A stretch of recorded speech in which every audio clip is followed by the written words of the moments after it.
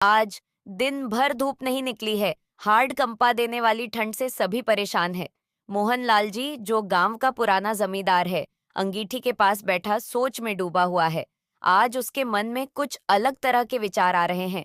मन ही मन में अपने दोनों बेटों, राम, जो कि उसका बड़ा बेटा है, और श्याम, जो उसका छोटा बेटा है, उसके भविष्य के विषय में सोच रहा था।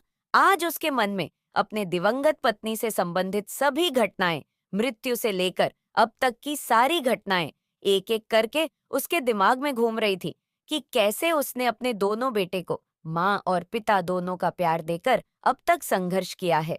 अब राम का बड़ा बेटा मोनू एवं श्याम का बड़ा बेटा सोनू लगभग 10-12 वर्ष के हो चुके हैं। वह अभी इन्हीं सब विचारों में खोया हुआ था। तब भी बड़ी बहू की आवाज से उसकी सोच टूटती है। वह देखता है कि उसकी बड़ी बहू चाय लेकर उसके पास खड़ी है और उसे बड़ी देर से बाबूजी बाबूजी की आवाज लगा रही थी।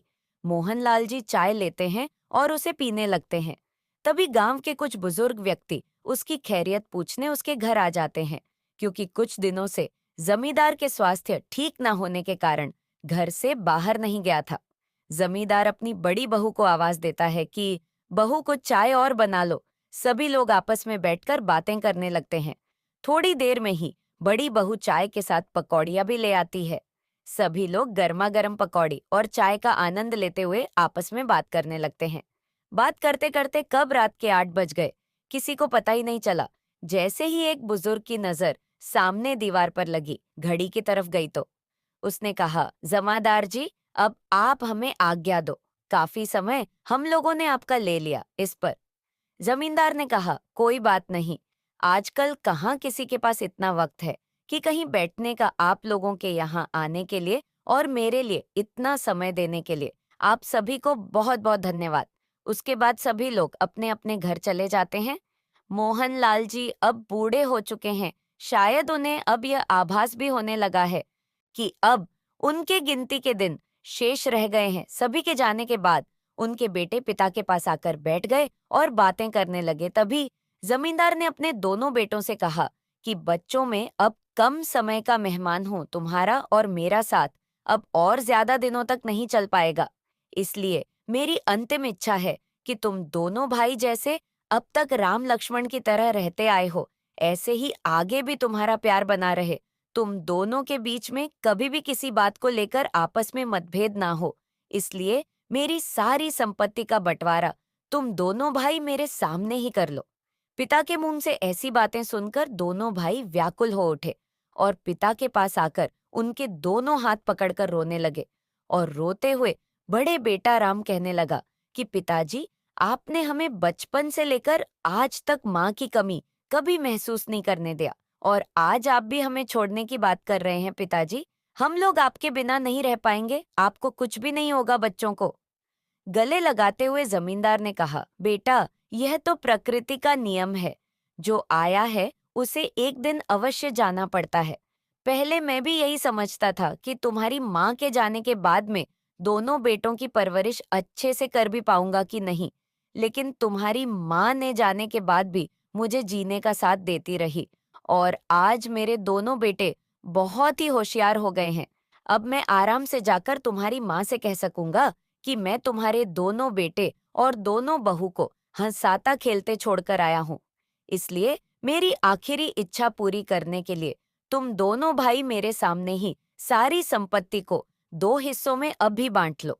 पिता की बार बार जिद करता देख दोनों भाई ने कहा, पिताजी, अगर आपकी इच्छा यही है तो आप ही बंटवारा कर दीजिए। आप जिसको जो देंगे वह आपका दिया हुआ प्रसाद समझकर रख लेंगे। पिता ने दोनों बेटों संपत्ति बांट दिया और दोनों बेटों ने उसे सर झुकाकर स्वीकार कर लिया। उसके पश्चात सभी लोग एक साथ बैठकर भोजन करते हैं। भोजन करने के बाद दोनों भाई पिता को दवा आदि देकर उनके पास बैठकर खेत के फसल की स्थिति पर बात करते हैं। इस प्रकार बात करते करते काफी रात हो जाती है। पिताजी ने दोनों बेटों को कहा कि जाओ, अब तुम लोग भी सो जाओ, सुबह अपने अपने काम पर भी तो जाना है। उसके बाद पिता के पैर छूकर दोनों बेटे अपने अपने कमरे में सोने के लिए चले जाते हैं।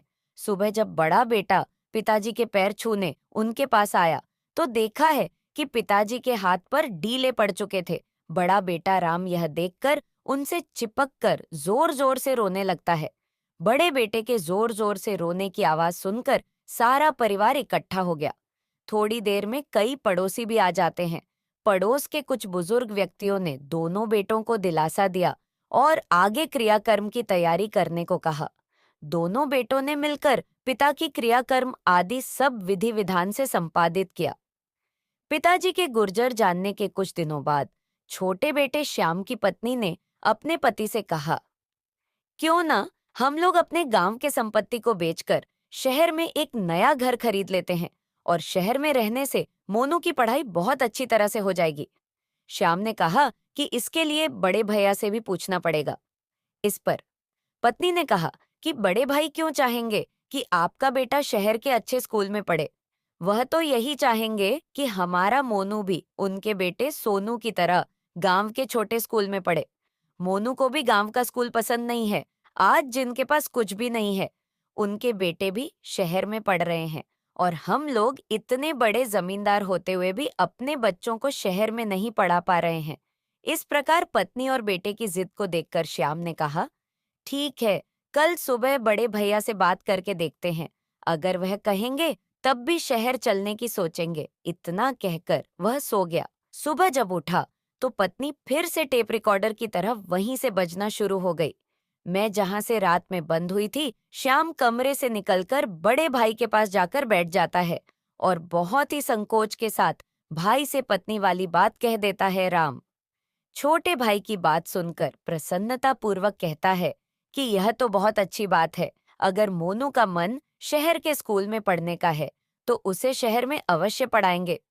छोटे भाई ने कहा कि लेकिन मेरे हिस्से की जमीन जायदाद इतनी जल्दी कैसे बिक पाएगी।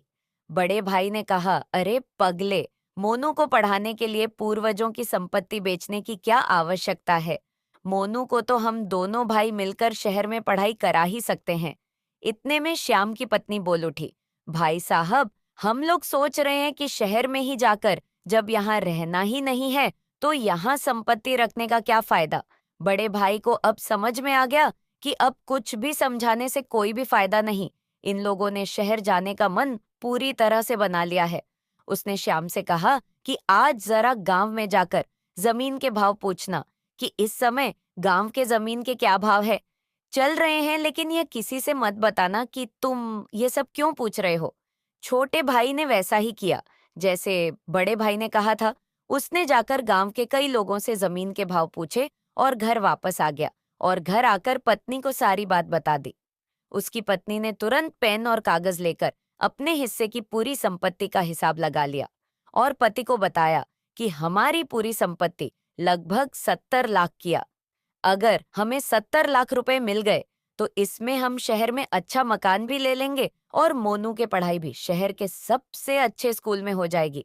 रात में जब बड़ा भाई घर आया तो छोटे भाई और उसकी पत्नी को बुलाया और पूछा कि जमीन के भाव का पता लगा लिया।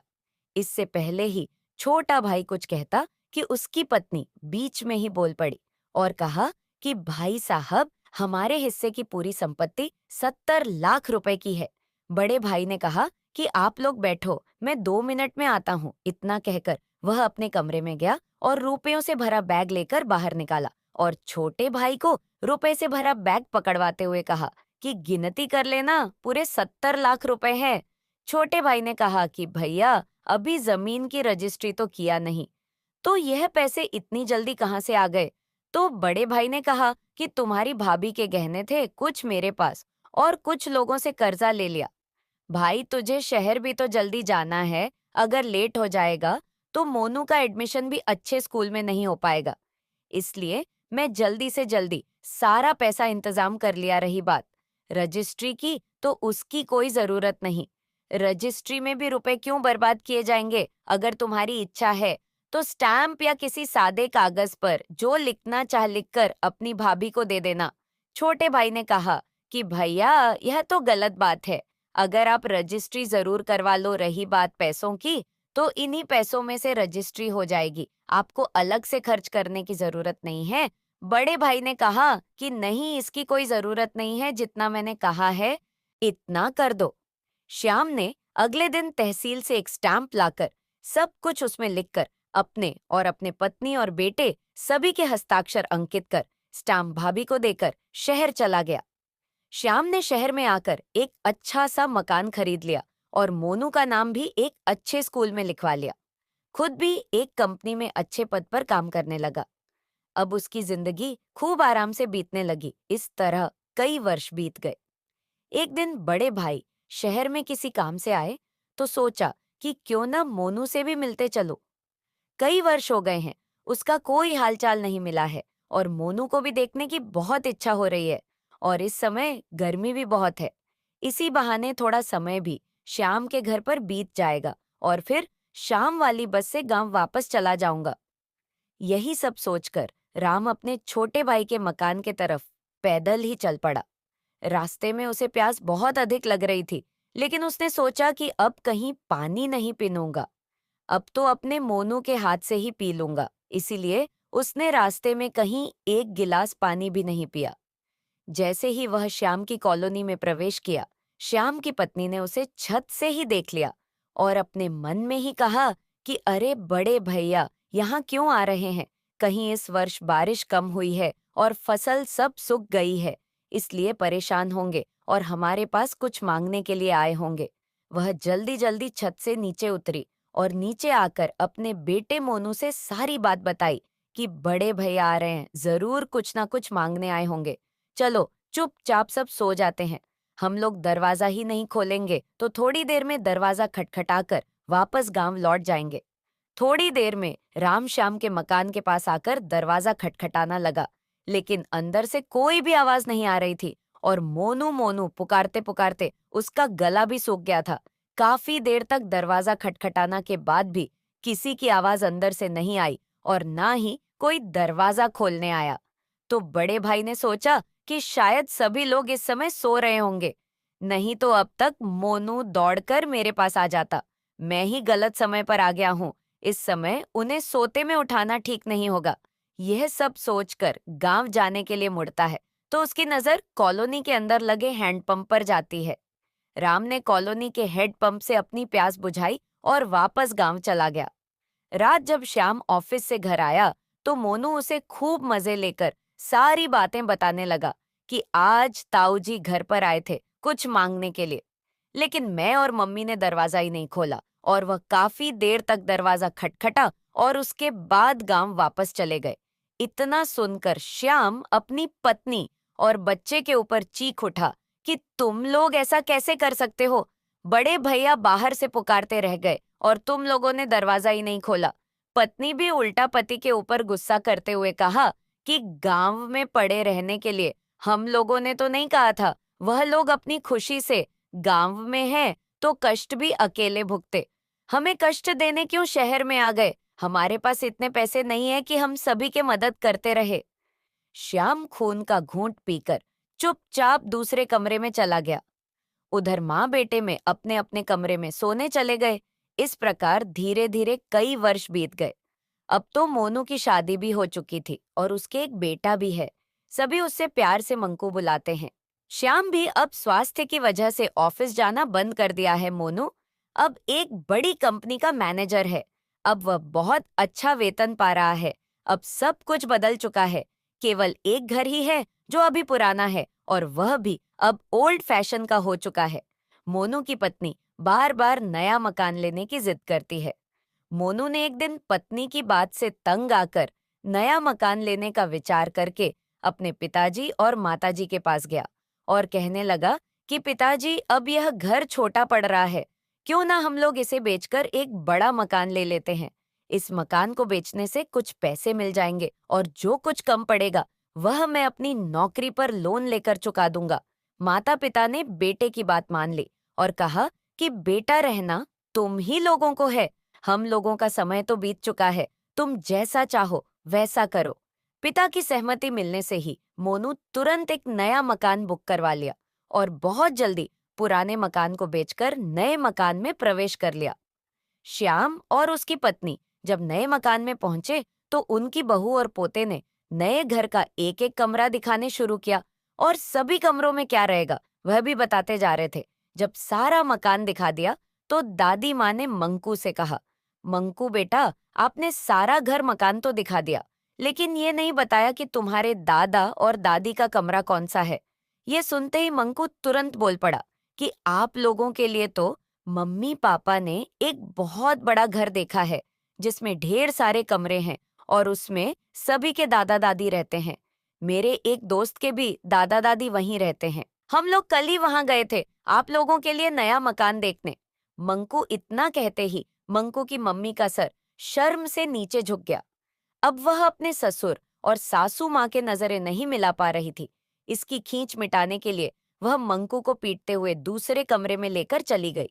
श्याम और उसकी पत्नी एक दूसरे को देखकर मन ही मन अपने आप को सांत्वना देने लगते हैं। उनको अब कुछ समझ में नहीं आ रहा था कि अब वह क्या करे। किसी तरह दिन तो बीत गया।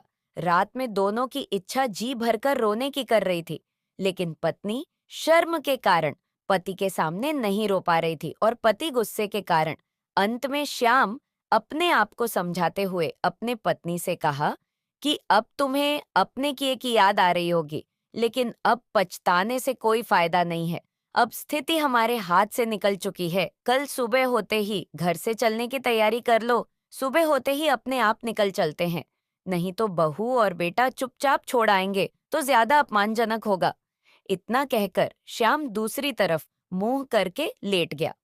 रात भर दोनों सोने का नाटक करते रहे, लेकिन रात भर दोनों में से किसी को भी नींद नहीं आई। सुबह होते ही दोनों पति पत्नी जल्दी जल्दी नहाकर तैयार हो गए। श्याम ने बेटे के साथ चाय पीते हुए कहा कि मोनू, हम लोग सोच रहे हैं कि कुछ दिन पड़ोस वाले श्रीवास्तव जी इस समय जहां पर रह रहे हैं उनके पास घूम आते हैं।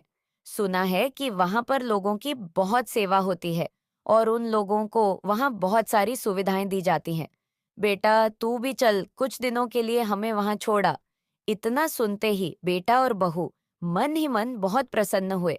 अब उनकी खुशी का कोई ठिकाना नहीं रहा। आज उन्हें ऐसा लग रहा था मानो बिना मांगे ही ऊपर वाले ने सब कुछ दे दिया है।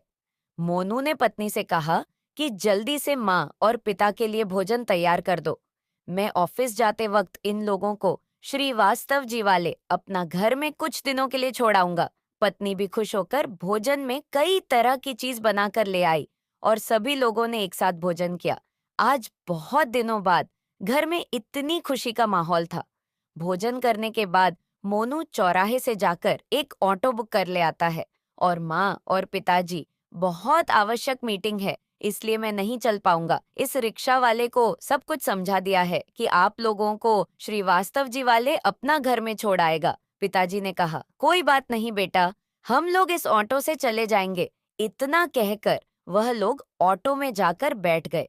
बहू ने तुरंत बैग उठाकर ऑटो के अंदर रख दिया और माँ और पिता के पैर छूकर कहा कि हम लोग आप लोगों से बहुत जल्द मिलने आएंगे। बेटे ने कहा कि पिताजी, मीटिंग समाप्त होते ही मैं आप लोगों से मिलने आ जाऊंगा। श्याम और उसकी पत्नी के चेहरे पर एक झूठी मुस्कुराहट साफ दिख रही थी।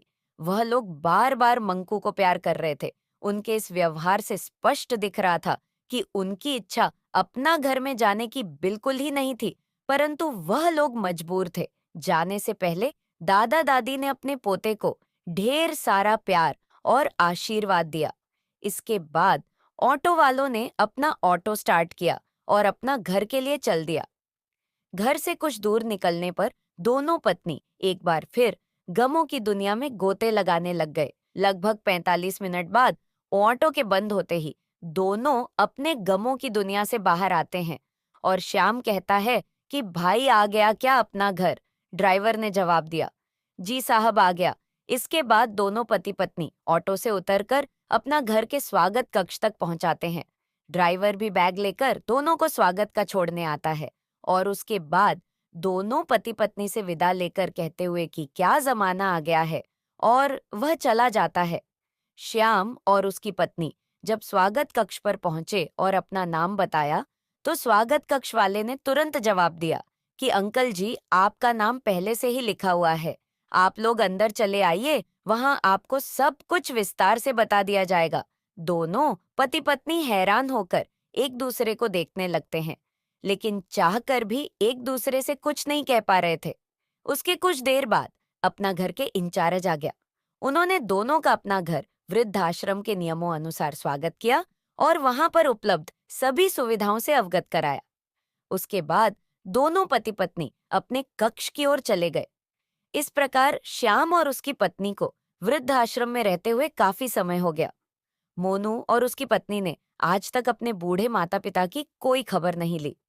एक दिन अपना घर के सभी लोग बहुत खुश दिख रहे थे। सभी लोग आपस में खुश होकर कुछ बातें कर रहे थे। श्याम ने लोगों को इतना खुश कभी नहीं देखा था। उसने अपने एक साथी से पूछा कि आज सभी लोग इतना खुश क्यों हैं? उसने कहा कि कल एक बड़े अधिकारी के पिताजी का जन्मदिन है।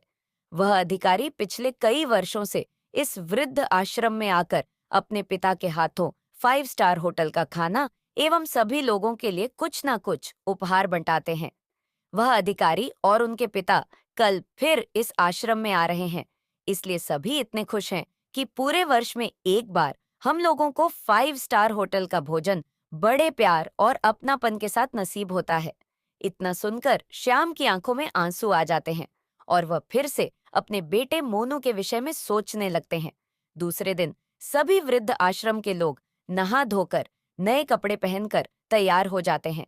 सुबह 9 बजे बड़ा अधिकारी और उनके पिता एक बड़ी गाड़ी में ढेर सारे भोजन के पैकेट और गिफ्ट लेकर आ गए और वह लोग सबसे पहले एक नंबर वाले कमरे में प्रवेश करते हैं और सभी से राम राम कहकर बहुत ही विनम्रता पूर्वक खाने का और गिफ्ट का पैकेट देने लगे। एक नंबर कमरे के सभी लोगों को खाने का पैकेट बांटने के बाद जब वह लोग 2 नंबर वाले कमरे में आते हैं तो सबसे पहले उनकी मुलाकात श्याम से होती है। श्याम नीचे करके बैठा हुआ था। अधिकारी के पिता ने जैसे ही उसे राम राम करके खाने एवं गिफ्ट का पैकेट पकड़ाने लगा, श्याम आवाज सुनकर चौंक जानता है और उनकी नजर तुरंत अधिकारी के पिता के चेहरे पर गई। दोनों एक दूसरे को देखकर चौंक उठाते हैं और श्याम का चेहरा शर्म से नीला पड़ जाता है। उसकी इच्छा इस समय जमीन में गड़ जाने की हो रही थी।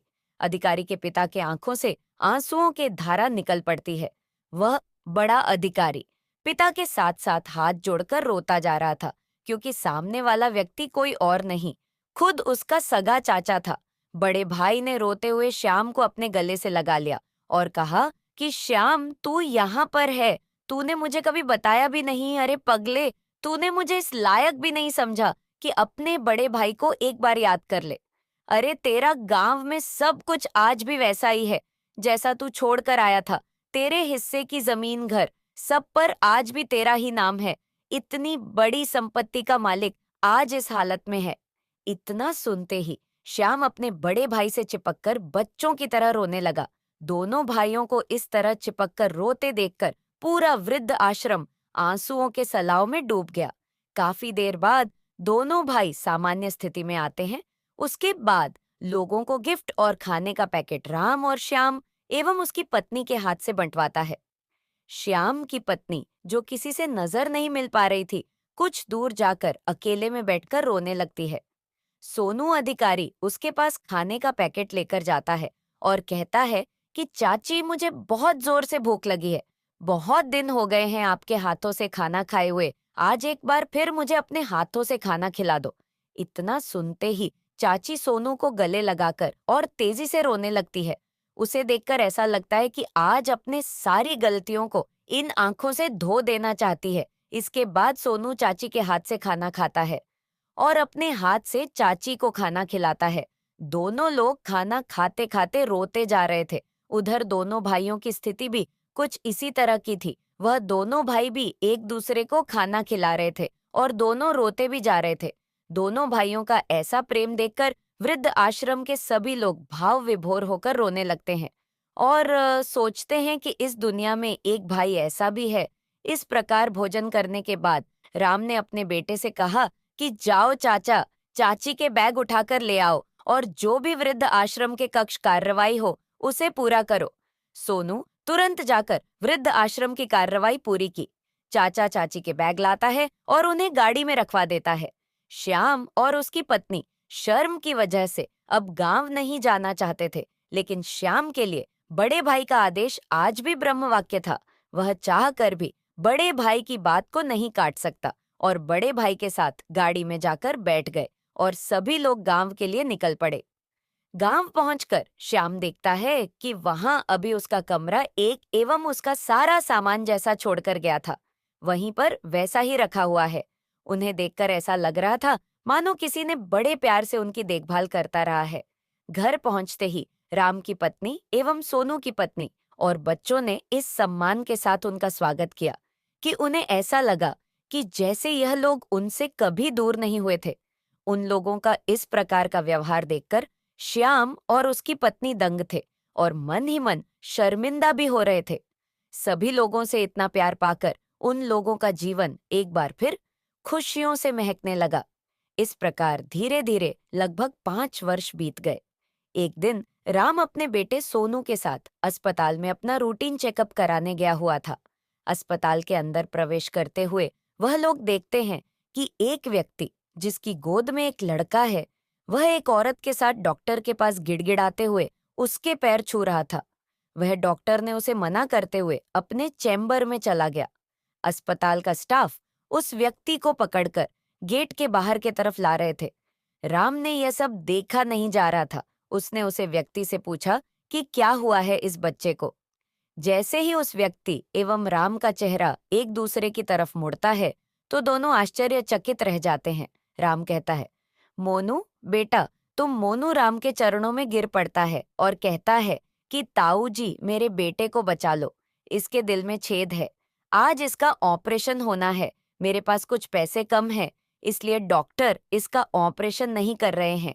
राम ने मोनू को शांत करते हुए कहा, चुप हो जाओ, अभी हम लोग डॉक्टर से बात करके इसके ऑपरेशन का प्रबंध करते हैं। और सभी लोग डॉक्टर के चैम्बर की ओर चल देते हैं। डॉक्टर के चैम्बर में प्रवेश करते ही डॉक्टर अपनी सीट पर से उठकर कहता है कि आइए सर। इस पर सोनू कहता है कि डॉक्टर साहब, पहले आप मेरे भतीजे के ऑपरेशन का तुरंत प्रबंध कीजिए। डॉक्टर ने कहा, सर यह आपका भतीजा है। इस पर सोनू कहता है कि परिचय का काम बाद में होगा, पहले आप ऑपरेशन की व्यवस्था करिए। डॉक्टर तुरंत अपने सहायक को बुलाकर मंकू का ऑपरेशन थिएटर में ले जाकर पूरी तैयारी करने को कहता है और खुद डॉक्टर को तुरंत अस्पताल में आने के लिए फोन करने लगता है। थोड़ी ही देर में सभी डॉक्टर आ जाते हैं और लगभग 1 घंटे तक मंकू का ऑपरेशन चलता है। कुछ देर में वह डॉक्टर ऑपरेशन थिएटर से निकलता और सभी को ऑपरेशन सफल होने की खबर सुनाता है। मोनू और उसकी पत्नी एक बार फिर अपने ताऊ जी और बड़े भाई के पैरों में गिरकर रोने लगते हैं। राम पूछता है कि मोनू बेटा, तुम तो एक बहुत बड़ी कंपनी में मैनेजर थे, तुम्हारी ये स्थिति कैसे हुई? मोनू बताता है कि कंपनी को बहुत बड़ा घाट लगने के कारण वह बंद हो गई और मकान का लोन न चुकाने के कारण घर भी बिक गया और हम लोग सड़क पर आ गए और ये सब हमारे कर्मों का ही फल है। हम लोगों ने माँ और पिता के साथ अच्छा व्यवहार नहीं किया, उन्हें ले जाकर वृद्ध आश्रम में छोड़ आए। उन लोगों के घर से जाते ही हम लोगों को एक साथ कई विपत्तियों का सामना करना पड़ा और अंत में आज इस स्थिति में आ गए हैं। ताऊ जी, हम लोगों को माफ कर दो, हम लोग अपने सुख के चक्कर में अंधे हो गए। आज माँ और पिताजी पता नहीं वृद्ध आश्रम में किस हाल में होंगे। हम लोग कभी उनका हाल जानने भी उनके पास तक नहीं गए। उन्हीं कर्मों का फल आज हम लोग भुगत रहे हैं। इतना कहकर वह फूट फूट कर रोने लगा। राम ने कहा कि तुमने बहुत गलत किया है अपने माता पिता के साथ, लेकिन तुम्हारे इन पश्चाताप के आंसुओं से तुम्हारे पाप अवश्य कम हो जाएंगे। थोड़ी देर बाद मंकू को भी होश आ गया। सभी लोग बहुत खुश हैं। राम ने कुछ पैसे मोनू की जेब में डालते हुए कहा, अब हम लोग गांव जा रहे हैं सोनू, तुम्हारा हाल चाल लेने रोज आता रहेगा। मैं जिस दिन मंकू को डिस्चार्ज होगा उसे दिन फिर आऊंगा। इतना कहकर गांव चले जाते हैं। 7 दिन बाद जब मंकू को अस्पताल से डिस्चार्ज होता है तो राम फिर आता है और मोनू और उसकी पत्नी को गांव चलने के लिए कहता है। मोनू कहता है कि ताऊ जी, गांव में तो हमारा कुछ भी नहीं है, वहां का सब कुछ तो हम लोगों ने काफी पहले ही बेच दिया है, अब किस मुंह से गांव चलूं? राम कहता है कि मोनू, तू अब भी हम लोगों को पराया समझता है। मैं तो हमेशा से तुझे अपने सोनू से बढ़कर मानता आया हूँ, क्या तुझ पर मेरा कोई अधिकार नहीं है? इतनी बात सुनकर मोनू अपने ताऊ जी से लिपट कर रोने लगता है और कहता है कि ताऊ जी, हम लोग बहुत गलत है, लेकिन आपका दिल बहुत बड़ा है। आप इस धरती पर भगवान का एक रूप हो, जो हम लोगों के द्वारा इतना गलत व्यवहार करने के बाद भी आप हमें अपना मानते हो। राम कहता है कि चुप हो जाओ और चलो गाड़ी में बैठो। सभी लोग गाड़ी में बैठकर गांव आ जाते हैं। गांव में पहुंचकर मोनू देखता है कि उसके माँ और पिताजी पहले से ही घर में मौजूद है। मोनू देखकर चौंक जाता है और अपने माँ बाप से नजरें नहीं मिला पाता है। राम कहता है कि जाओ अपने माँ बाप के पैर छूकर अपने किए की माफी मांगो। इस पर श्याम कहता है कि मेरे पैर छूने की कोई जरूरत नहीं है, मैं नहीं जानता कि यह लोग कौन है। इसके बाद सोनू मंकू को गोदी में लेकर जैसे ही घर में प्रवेश करता है, श्याम और उसकी पत्नी मंकू की हालात देखकर रोक नहीं पाए और सब कुछ भूलकर मंकू के पास पहुंच जाते हैं और पूछते हैं कि क्या हुआ मंकू। बेटा, तुझे इस पर मंकू दादा और दादी को देखकर मुस्कराने लगता है और कहता है कि मेरे दिल में छेद था जिनका ऑपरेशन हुआ है। वैसे तो मैं बिल्कुल ठीक हूँ दादा और दादी मंकू से चिपक कर होने लगते हैं। राम भी उन लोगों के पास आ जाता है और कहता है कि श्याम मोनू को माफ कर दो, वह अपने किए हुए पर शर्मिंदा है। भगवान ने तुम्हारे घर से जाने के बाद उसे बहुत दंड दिया है, अब तुम और उसे दंड मत दो। श्याम कहता है कि भैया, अगर आपने मोनू को माफ कर दिया है तो मैं कौन होता हूँ इसको माफ न करने वाला। इतना सुनते ही मोनू और उसकी पत्नी है राम और श्याम के पैर पकड़कर बड़ी जोर जोर से रोने लगते हैं। उनको इस तरह रोता देखकर पूरा घर आंसुओं में डूब जाता है। आज राम बहुत खुश था। उसे बहुत अधिक आत्मसंतुष्टि प्राप्त हो रही थी। आज उसने अपने पिता का सपना को साकार कर दिया और पूरे परिवार को फिर से एक हो गाय